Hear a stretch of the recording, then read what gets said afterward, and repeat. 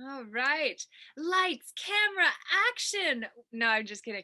It's great to be with everyone today. I've got Francoise here with myself, Laura J, for another evening of The Human Aura by Kuthumi, a study that is essential, and that is part of the reason it is actually considered the one of the four pillars of the teachings of the Ascended Masters, which Francoise is actually one of the Quebec Keepers of the Flame. So if you want to give an introduction, Francoise, I'd be happy for you to let people know who you are. Well, as you said, I'm a keeper of the flame. What is a keeper of the flame is someone who's caring for the light and the life in the heart of each one. So we are keeping the flame and the life alive on earth for ourselves and everyone who has the light in their heart. So everyone who cares for life and the light that is in the heart. So we can join to do that. So tonight you are going to read the seventh chapter of the Human Aura. Yep, you've got. And this chapter is about the expansion of the aura. So I've made the resume of this so we can have in mind what is the extension of the aura. So it's from the Ascended Master Kuthumi, who gave us this teaching. It's number 7. So Kuthumi is telling us that as a man thinks, he is. As he feels, so he is also. So as a man is going, his relationship with God and his whole life goes the same way as he feels and where he is in his evolution, spiritual evolution.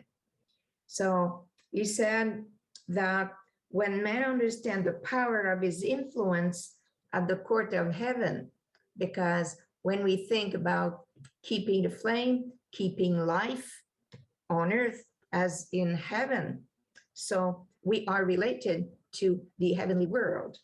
So if a man understands the power of his influence at the court of heaven, then he realized that he is the maker of his own destiny. So that is a very important point of this chapter. He said also that wherever you go, your aura goes with you. And because you are, your cups of joy runneth over in simply being a manifestation of God. So that means if your aura is full of light, then you are full of God's presence. And it is the desire of the Master Kuthumi in this chapter to teach us that the human aura never need to be a muddied sea, but can ever be a dream, a stream of immortal perfection. So that's the goal for the 7th chapter. I can give also the 8th chapter. It's the shield of the aura. Not yet? Okay, we can wait for you to read the chapter. Yeah, because when you give this explanation the way that you do it in the summary before each chapter, Francoise, it's so useful because you've let us know what to look for, and then we can hear it, and then we can go into the next piece. So thank you so much for giving that description. And we will jump into the actual reading. And then once we're finished this, if anyone watching has any questions, anything that comes up related to what you hear, what you've heard before, please leave a comment so that we understand where you're at. And also we can get the value of the answer that your question is able to provide us all. Because that's really the brave thing about being willing to ask questions. We get answers that no one that didn't ask had access to. And so when we ask the questions, we actually have access to that. So we're going to jump in. Chapter 7, the expansion of the aura. Coalescing around the spinal column are little portions of magnetic energy, which I choose to call pieces of human destiny. As a man thinks, so is he. As a man feels, so is he. As a man is, so goes his relationship with God, with purpose, and with the whole domain of life. The fabric of a man's being is composed of minutiae. The fabric of a man's being is composed of thought, and thought is indeed made up of the same substance as that faith once delivered onto the saints.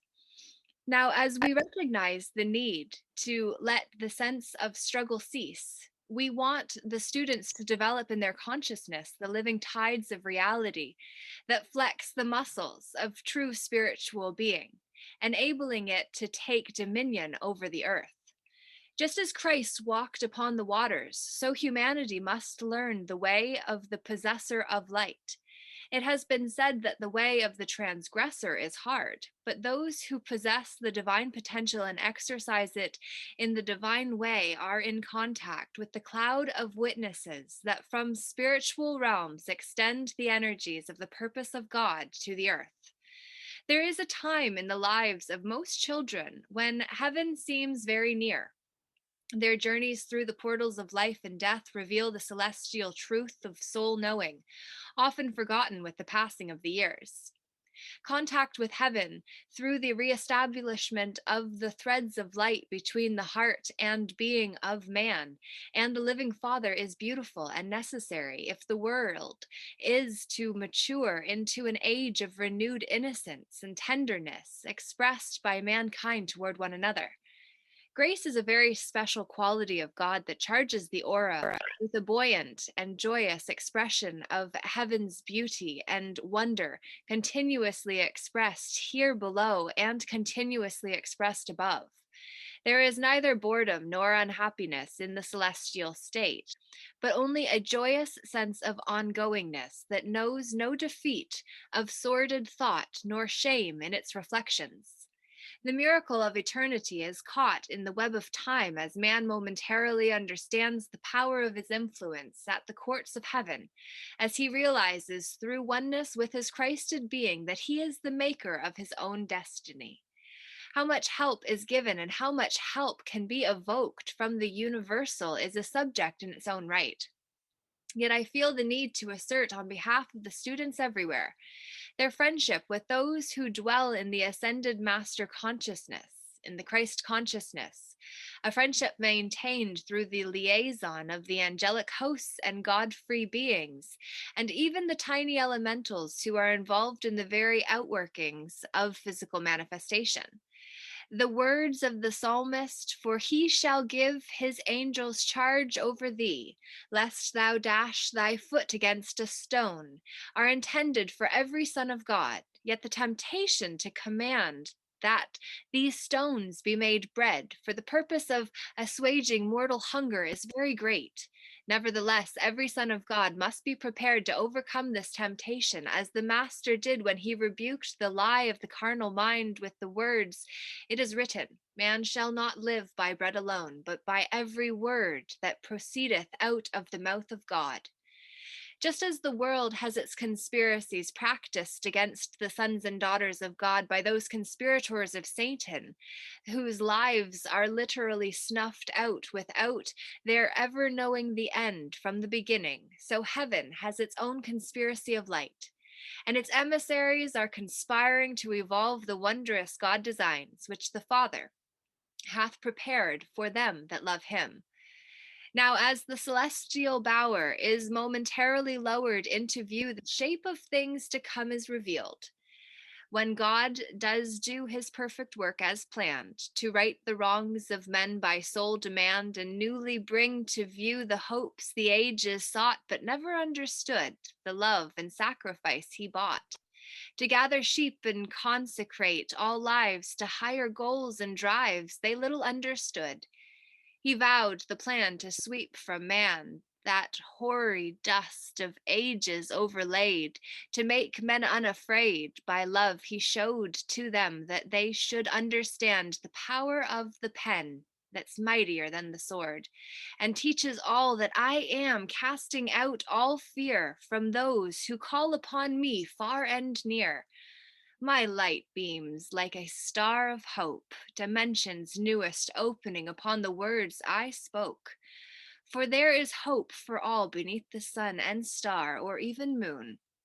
For all things neath thy feet reveal the way complete is ever found within my word, the precious bread I broke.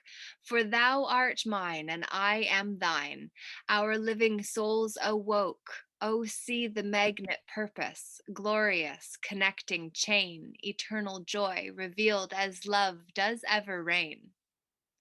Devoted ones, the pathways to the stars is found in the thread of light anchored within the heart, whence the individual auric pattern expands naturally. Man has so often been concerned with the concepts and the many manifestations of the human aura, how to protect it, how to direct it, how to increase it, how to see it, how to interpret it, that he has seldom taken into account these simple words Jesus long ago revealed. Let your light so shine before men. This light of which he spake is the light that can be magnetized through the human aura, for it is the human emanation which heaven would make divine. Therefore, let your light so shine before men that they may see your good works and glorify your Father which is in heaven. In our studies of the human aura, which are given to those who journey to our retreats, as well as to you who are fortunate to receive our instruction, we seek to promote the same understanding that Jesus imparted to his disciples, sometimes through parable, sometimes through objective analysis of themselves and their contemporaries, sometimes through direct teachings on the law, which he read to them from the archives of the Brotherhood. His entire effort was to demonstrate what man can do and what man can be when he unites with the God flame. And I say to you today that it is to be, it is be-ness. It is to understand that you are a ray of intense light that cometh from the central sun into the world of form. This is the key to creative mastery. You must understand that you can draw forth renewed magnificence and devotion to the cause of your own immaculate freedom, and that this freedom can be a crystal river flowing out from the throne of God through your aura, which you have consecrated as a vessel of the Holy Spirit and into the world of men. You must understand that wherever you go, your opportunity to let your light, your aura shine goes with you. And that because you have being and are being, you can take the sling of enlightened fortune and fling into the world with almost delirious abandon your cup of joy that runneth over in simply being a manifestation of God.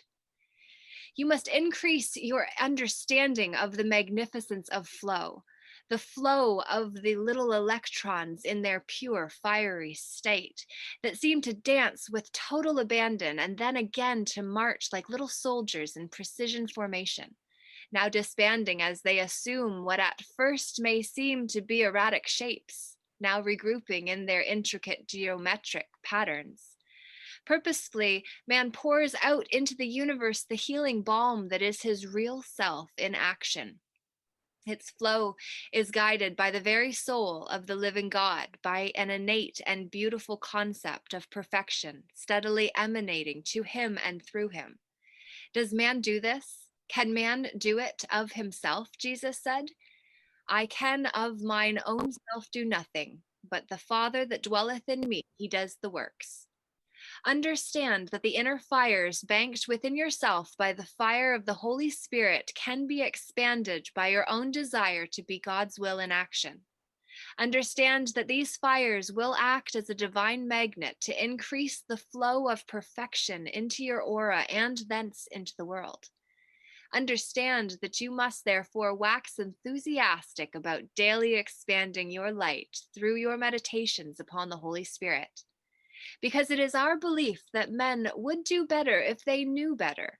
We have written this series even as long ago dedicated our service to the enlightenment of the race. It is our desire to teach men that the human aura need never be a muddied sea, but can ever be an eternal seeing into the streams of immortal perfection whence cometh each man's being. One of the facts men should understand is that along with the pollution of their consciousness with impure thoughts and feelings and the emanations of the mass mind, which seem to take possession of the very fires of being and entrap them within imperfect matrices, is their desire for self-perpetuation. Hence, often the little pitiful, dark shadowed creatures of human thought and feeling will clothe themselves with a sticky overlay of qualities and conditions calculated to preserve the loves of the little self, thereby gaining acceptance in the consciousness bent on its own preservation. This is done in order to obscure the light of truth and to impugn it by reason of its very simplicity and perfection. Do not be deceived. The light is yours to behold. The light is yours to be. Claim it. Identify with it. And regardless of whether or not men may mock simplicity, be determined in your childlike efforts to mature in God. One day the divine man-child will come to you, and the aura of the living Christ will be yours to behold and to be. To follow him in the regeneration is to follow him in the sun tides of the light that he was, that he is, that he ever shall be. You cannot cast yourself upon the rock and not be broken. But this is preferable to having the rock fall upon you and grind you to powder. There are many things in heaven than men on earth have dreamed of, yet wondrous threads and penetrations have occurred and many have come home. We await the redemption of the world, and we need in our brotherhood those who, while having fallen in error, can simply trust and place their hand in ours as in the hand of God. For then the shuttle of the highest cosmic workers can move to and fro, from above to below, to carry greater instruction to the race of men, to the fountain of the individual life, where the shield of the aura is esteemed for the wonder God has made it. Next, let us talk about the shield of the aura. God be with you, each one.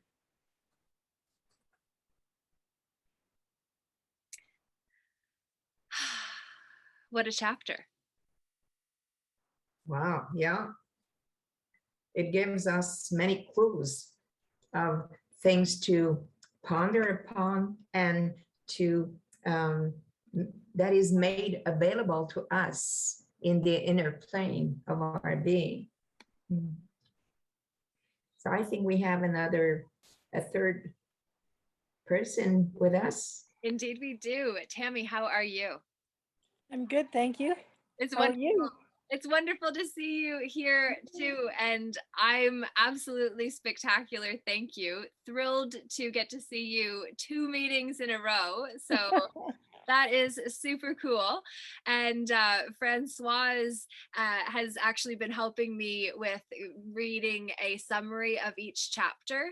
And so she prepares that before we come together, and then she reads that out. And so with this, I'm not an expert specifically on this by any means. I think there is a technology issue, but we are still live streaming to Facebook, so it's all good. So other people will still hear this. So hopefully she'll be able to jump back on.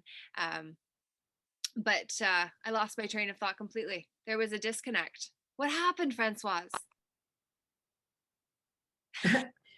Sometimes your voice was a little bit slow, or sometimes it was a little bit fast. So I think there was something technically that was not, but it just here and there, just bits and bits, but Yeah, it should be okay.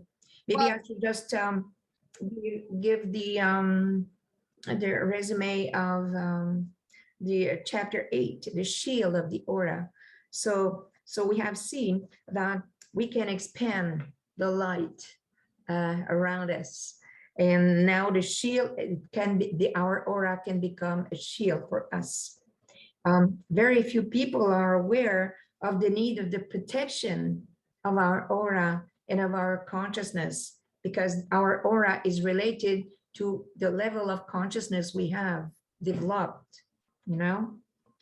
So our blessed aura, when properly intensified and solidified with light, becomes the shield of God against the intrusion of all negative energy that are in the world today around us.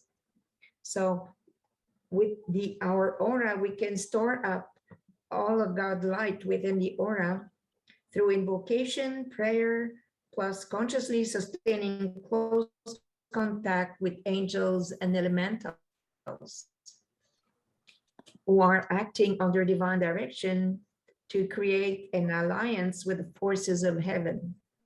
So that's something that is available for each one of us if we are ready to make that move. So our aura is meant to be an electrode that can be of great use to heaven, and we must consciously strengthen to realize our potential. So we have all power on what we put in our aura. Yeah. So every one of us can do something to be like a lamp that is shining into the world. And it becomes a shield to protect us also against whatever is not of the light in the world. If you were to look at the light bulb as, so not just the light bulb, but the whole lamp as an analogy for what you're talking about, Francoise, with the aura fitting in, would the aura, if you're thinking about it from like, so the way that I usually would teach the lamp analogy teaching is, if you imagine that you have, I wish I had right here. So envision you've got your lamp shade, you've got your light bulb, and then that's connected to a base that is also then connected to the wall with a cord, right? So pretty simple. Yeah. So if we think about it as the light being what we're putting out into the world as our impact, our shade as being our inner circle was what I always said that was, because our influences, we become the average of the 5 people we spend the most time with. So whoever we're spending our time with determine how much of that light we're able to get out into the world. And then you've got the actual lamp stand, and that kind of reflects our body. And then you've got the electricity, which represents source, that's always ready to run to and through and out that lamp. It's just, are we allowing ourselves to flow, or are we getting caught up in the inner circle that puts a cap on how far we're able to radiate?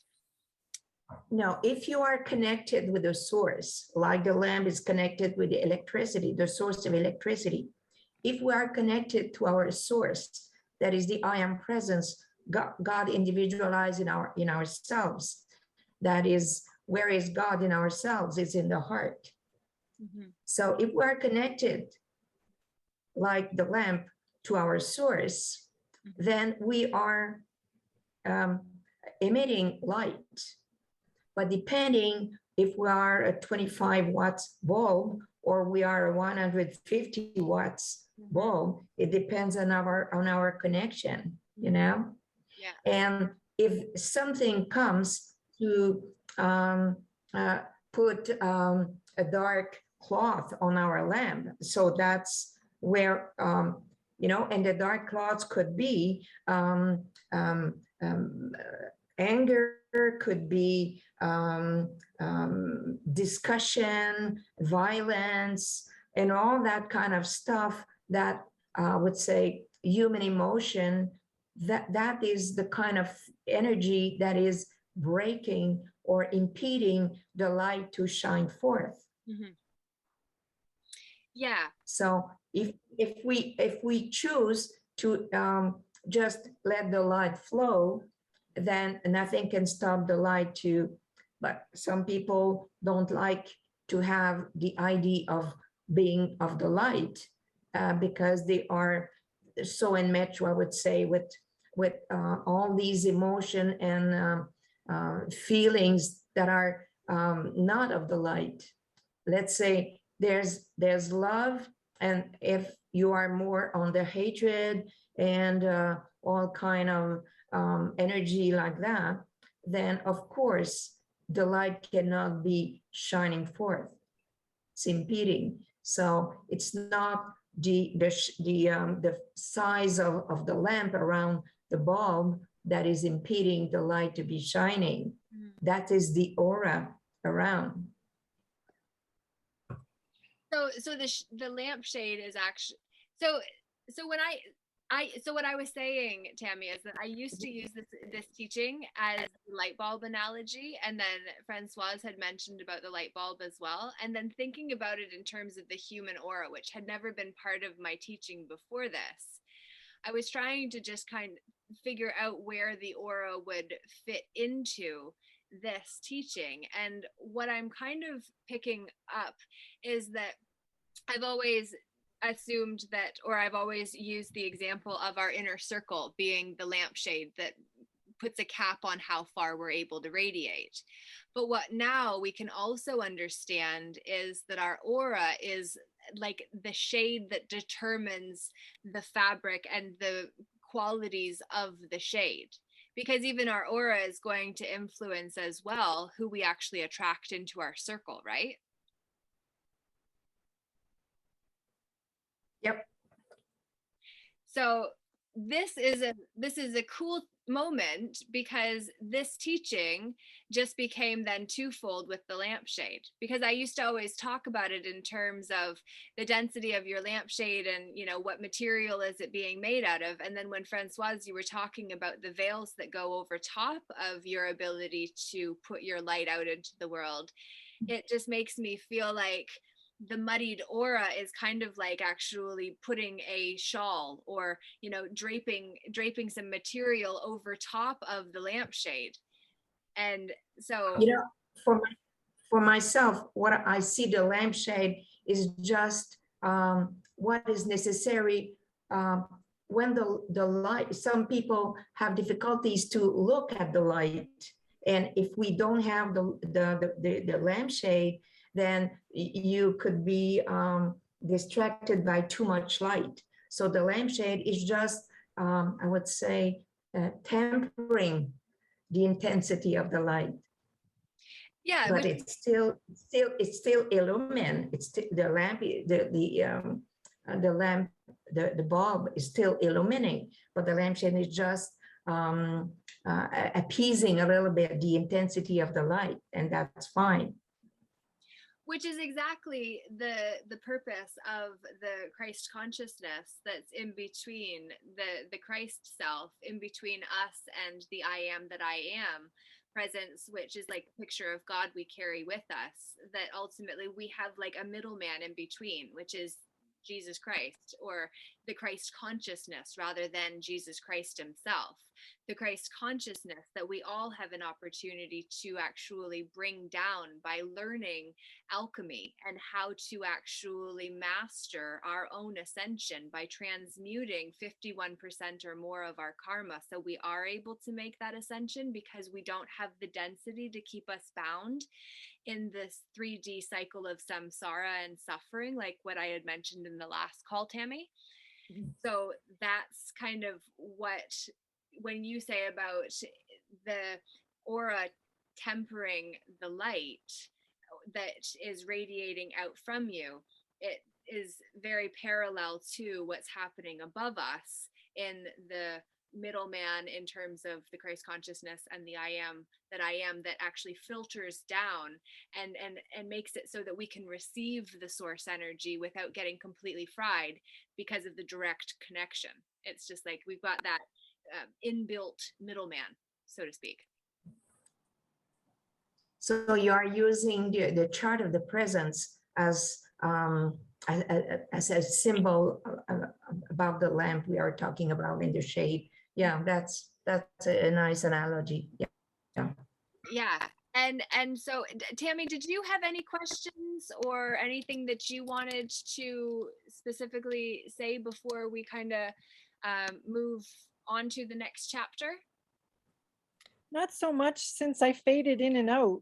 I updated my app and it knocked me out twice. So yeah, I'm holding on. I'm keeping in there. So Yeah, well, thank you for putting in the effort. And also do understand that that could be a reflection of the spiritual interference, like the strategies of the light and dark that we had also done the cards from last call. Oftentimes when you're stepping into a higher vibing space, there will be interference that comes to try to knock you off of this path because of the keys that you could find here. So when you experience resistance, when you're stepping into something and seeing even how your lighting is shifting and you're brightening as the truth is being spoken, that's may be part of it. So you can actually call down your tube of light, which I'll show you. I just pulled it up from the Shambhala Temple of Light. This is Shambhala, which there's a whole history to that. And Michael Seegers basically introduced me largely to these teachings with the Shambhala Temple of Light. So there is a Saturday night broadcast where you can get a teaching, and then you can also be part of some decree sessions and be part of a community. And then all of those details would be under the live stream details, and the Saturday night program that you'd actually follow, you can download right there. So if you're interested in that, this is available to you, but I wanted to bring you here because of the chart of the I am presence. So just to have that visual when I'm kind of explaining it, now you can actually see it. So this is us on the ground floor with the violet flame, like we were talking about in the last session. And then the tube of light that we can actually call down, which, like I said, is when Neo puts his hand up and blocks the bullets. This is when we actually call down that tube of light. If we do it with consistency, then it builds a momentum on itself so that it actually strengthens further and further. So then we truly can become invincible, because we're actually sealing our energy in and around us. Plus we have that transmuting energy of the violet fire around us. And then there is the crystal cord up to the causal body and the I am that I am presence in here with the Christ consciousness in between. okay, good. So that's the description. Francoise, is there anything you wanted to add in before we do the next chapter summary? No, I think you were very clear in explaining the chart of the presence. Perfect. Well, thank you. I'll take that as a compliment. If you want to get to the, if you want to do the reading that you've put together for the summary of the next chapter that we're going to do. Oh, I thought I gave it, but I can just read it again. That's no problem. Oh, I'm sorry. So the shield of the aura. Did you? I'm sorry. Did you do the shield of the aura? Well, oh, you. I will just repeat it. It's coming back in. Yes. My apologies. Yes. Yeah. No, it's okay. Do you want me to read it again? Well, or you just go ahead with the reading of the chapter? Yeah. The shield of the aura. Yeah, I'll do the reading. I completely forgot because we got onto the lamp after you had read that because of what you had said from that. So that's kind of where that teaching kind of stemmed into some side conversation that hopefully was helpful. And then I wanted to make sure that you had an opportunity to get back in as well. So that I assumed that it was technology, and so I wanted to make sure you could be here. Just remember that the shield of the aura, what you will be reading is what we have seen, the chart of the presence. The shield of the aura is the presence of God individualized in each one of us. And that's our shield. That's the way, that's where we are connecting with our source, and the source is within ourselves. Okay, go ahead with chapter 8. Good. Love it. I love it when I'm not the one that knows the most in the room, because then I can get even better and learn more. And I say that too, and I kind of had touched on it before, in that I'm not an expert at this, but it's just like in the other meeting. It's like we have to create a space where we can come together, and the ones that have keys can share them.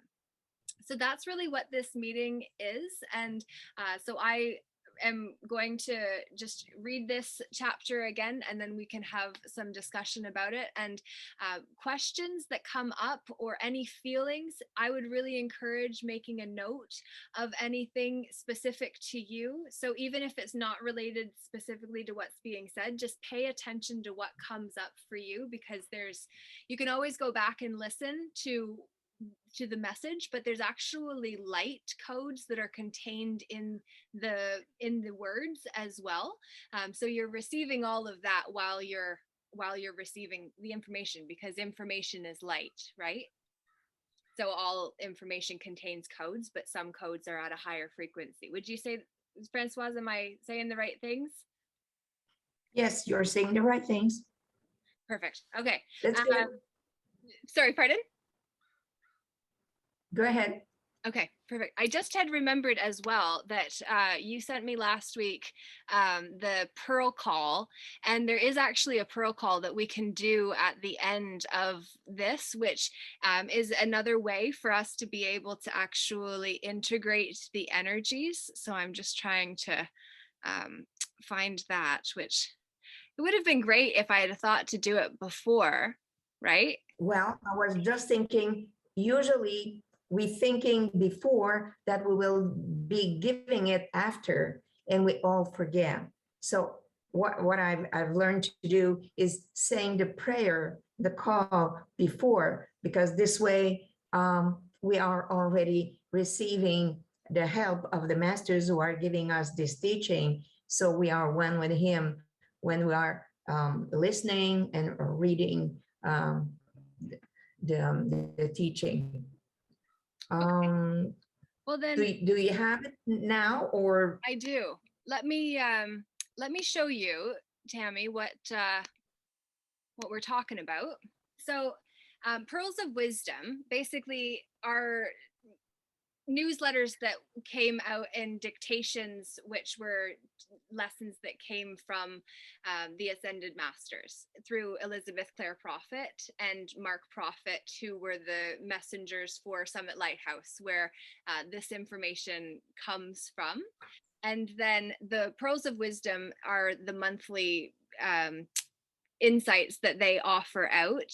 And then Phohatic Keys are these, which you can see in the air behind Saint Germain in this portrait. And they're in Atlantean script. Phohatic keys are described by Saint Germain as cups of light.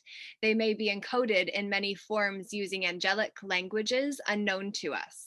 Each one is a vibrational code. Like a seed which unfolds to produce a creation, the masters embed these light codes into their dictations, and we receive them when we hear, watch, or read the dictations.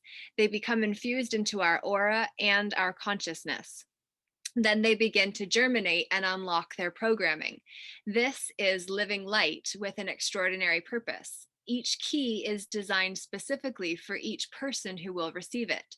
The masters already know who will receive the dictations because they operate beyond time and space, where all time is happening now. They are that sentient. The dictations get transcribed into printed form and published as Pearls of Wisdom. Pearls contain the Phohatic keys in a largely potential form. Some of the light is released by reading the pearl, because as your consciousness engages with the material, your mind is accessing the mind of the master who gave the dictation, which in this case of the human aura is Kuthumi. So most of the light, however, remains locked, unavailable until it is released by the science of the spoken word, sacred word, sword, that cuts us free of the past to be fully present. This is the purpose and function of the pearl call as explained by Almoira. There is an order to all of cosmos. There is an order to the path of initiation leading to the ascension. You must walk before you can run. You must build wisely as a master builder. You don't build towers upon wobbly foundations. Therefore, consider that there are certain dictations that should be assimilated before more advanced material can be properly dealt with. This is only logical. This is the purpose of the 4 pillars. The dictations, which comprise the chapters of the books, were originally published as pearls of wisdom before they were collected into books. They were intended to be read and digested and reviewed a few times in a particular order. These 4 pillars are prerequisite to all that you will build in the coming years of your chelaship, which is another word for student. So being a student of the path of the ascended masters or the ascension is a chela and guru dynamic. And you want a solid foundation. You are building the pyramid of your life. Consider that these foundational dictations contain the reinforcement to ensure a solid base. Reading the pillars, of which the human aura is the first pillar. So we're going to do the second 2, which are part of Saint Germain on alchemy, and then we'll get back to this book, which has the 4th pillar in it, which is advanced studies of the human aura as well. So this is true for all authentic ascended master literature that was released as a dictation. This includes the I Am discourses published by the Saint Germain Foundation. So this pearl call here is what I actually wanted to read to you, but at least now you have the background too. So this pearl call that I'm going to just read is basically to give your higher self access to as many keys of wisdom in the information as possible. Right, Francoise? Yeah. So maybe we can close our, we can mute our microphone and read it out loud with you at the same time. So the 3 of us are calling for the same thing. Okay. Yeah, perfect. So when you read it, we read it with you. And the name of the master is and beloved Kuthumi. So beloved as the name master Kuthumi, whatever. So I mute myself and we read it aloud with you, but Perfect. Thank you. All right, we'll do the pearl call, and I'm aware of time, and I want to make sure that we're honoring that. So it should wind up around the right time. So the pearl call. In the name of beloved Lord Maitreya, Almoira, and Guru Ma, I ask and command my I Am presence and beloved Master Kuthumi to lower into my heart center your momentum of light and the energy of the dictation I have just read in order to transmute a corresponding portion of my human consciousness and human creation. Absorb my human consciousness and return it to me requalified and purified. Pass the flame of your higher consciousness through the density and debris of my lower consciousness.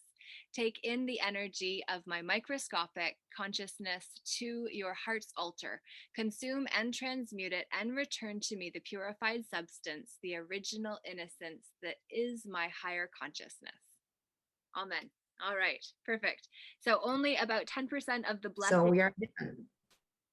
Yes, so that's that, and then the this just says about 10% of the blessings received from the service is in the reading of it, while the attention upon our words, we are flooding light's perfection from our worlds into yours. Precious friends of light, you really are right here in their physical appearance world. By your rhythmic and faithful attention to us and our words, you make yourselves open doors and channels for our light and assistance to flow not only to, but through you into the worlds of those around you. Perfect. All right, so the human aura, chapter 8, the shield of the aura. Some men upon the planet are little aware of the need for protection to the consciousness, nor are they aware of the possibility of others creating a barrage of negative energy calculated to disturb the equilibrium of their life streams. Let us set the record straight. There are many who are at various stages of mastering the control of negative energy and manipulating their fellow men by a wide range of tactics and techniques. There are also spiritual devotees of varying degrees of advancement who are in the process of mastering the godly control of energy and who understand what the Brotherhood's systems of protection and the countermeasures they can take in defense of their own life plan. A God endeavor indeed. Upon this earth, heaven needs many who can work the handiwork of God. If a planet is to fulfill its destiny, it must have those who can work in the light of God that never fails, unhampered by the forces of Antichrist that would, if they could, tear down every noble endeavor of the sons and daughters of God. From time to time, these are and will be viciously assaulted through psychic means, whereby the garments of their individual auras are sometimes penetrated and even rent, unless they are spiritually fortified. Yet that blessed aura, when it is properly intensified and solidified with light, becomes the shield of God against the intrusion of all negative energy, automatically and wondrously repelling those arrows that fly from the dark domain, seeking to penetrate the peace of God that abides within, hence destroying peace. Let me remind all of the natural envelope of invulnerability that serves as the protection of every man against those arrows of outrageous fortune that fly so loosely in the very atmosphere of the planet betwixt men. However, through extraordinary measures, the forces of darkness are often able to engage men in some form of argument whereby, through inharmony, they momentarily forfeit their protection. This is the game they play to catch men with their guard down. Then again, they launch such an attack of viciousness as to cause them, through fear, to open up their words to discordant energies, which results in the rending of their garments. Earlier in the series, I gave an exercise for the strengthening of the aura through the development of the consciousness of invulnerability. Now, I would make plain that in addition to spiritual fortitude, one must also have spiritual reserves, what could almost be called reserve batteries of cosmic energy. The storing up of God's light within the aura through communion with the Lord of hosts and through invocation and prayer, plus the sustaining of the consciousness in close contact with the angels, with the tiny builders of form, acting under divine direction, and with all who are friends of light, creates an alliance with the forces of heaven. Through contact with each devotee's aura, these veritable powers of light can then precipitate the necessary spiritual fortifications that will give him a more than ordinary protection in moments of need. Let the student understand that his protection is threefold. First of all, he enjoys, by the grace of God, the natural immunity of the soul, which he must not forfeit through anger or psychic entrapment. Then there is the assistance of the angelic hosts and cosmic beings with whom he has allied himself, and his force field through invocation and prayer.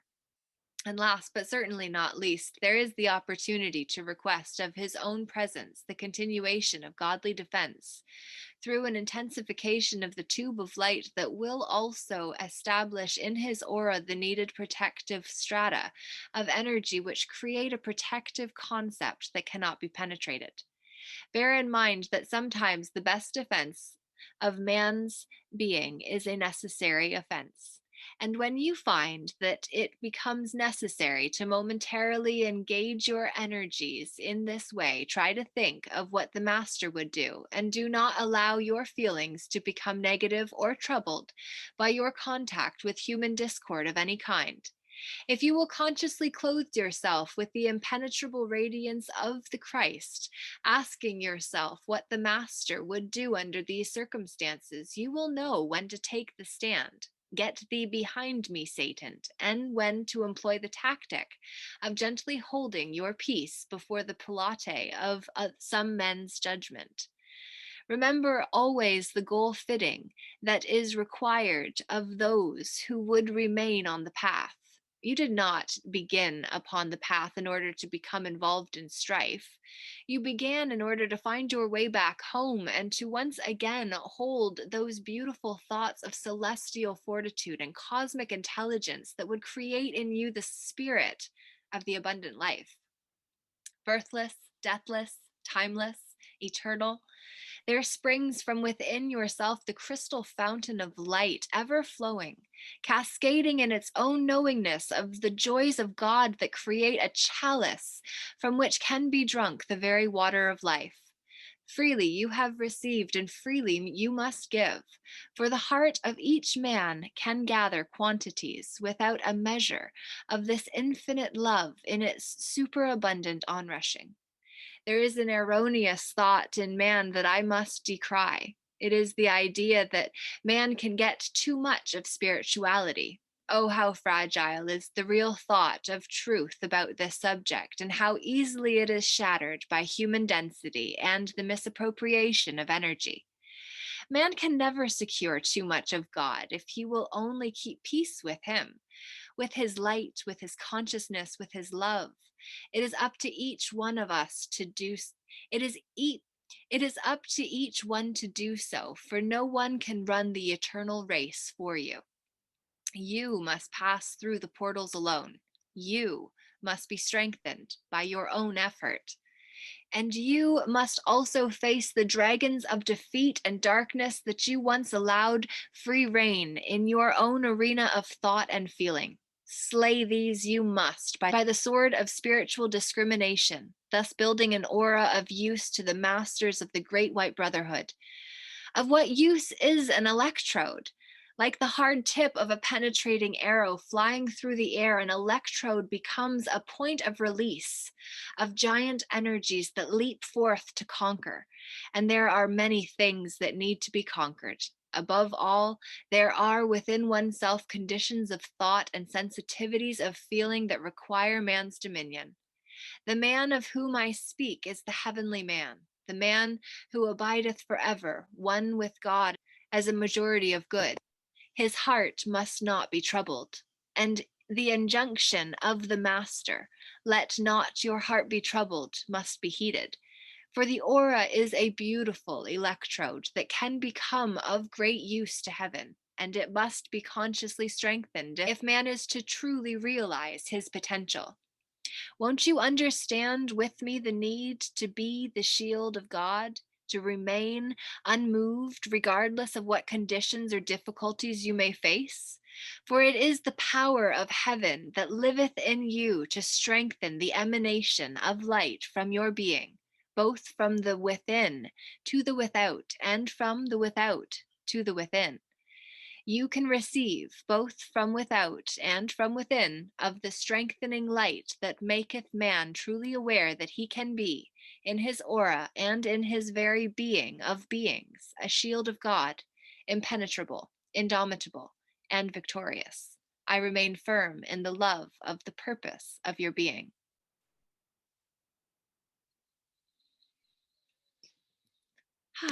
And because we have it handy, we can also read out the pearl call just to seal in the goodness. So we'll do the muting again, and if you want to say it with me. In the name of beloved Lord Maitreya, Almoira, and Guru Ma, I ask and command my I Am Presence and beloved Master Kuthumi to lower into my heart center your momentum of light and the energy of the dictation I have just read in order to transmute a corresponding portion of my human consciousness and human creation. Absorb my human consciousness and return it to me requalified and purified. Pass the flame of your higher consciousness through the density and debris of my lower consciousness. Take in the energy of my microscopic consciousness to your heart's altar. Consume and transmute it, and return to me the purified substance, the original innocence that is my higher consciousness. Amen. And we made it right in time for 9 p.m. What a meeting. How was your first experience with us this evening, Tammy? Oh, you're muted. Sorry, we can't hear you. It was fabulous. Thank you. Yeah. I'm happy I showed I up. think she's not aware that she's muted. Yeah. Yeah. Yes. We got her. She got herself unmuted there, Francoise, and you're having technological issues now, it seems.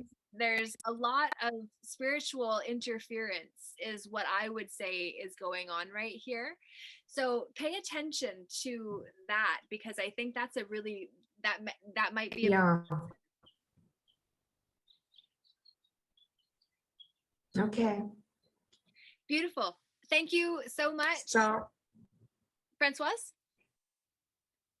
yes, I just want to say that the whole week till we meet again, we are filled with this light, with this teaching, with this knowledge, with this wisdom. So let's our week be fill and full of that. Yes, love it. And next Thursday at 8 o'clock again, we will come together and read chapters 8 and 9. And Now it will be 9 and 10. Thank you. See, this Yeah. is why Francoise comes with me. She keeps me on target, and she brings the summary as well. So I appreciate that very, very much, Francoise. Thank you for helping with that. It's my pleasure. Thank you. Yeah. So have a nice week. You as well. Thank you. Okay. Bye. Thank you. Nice to meet you.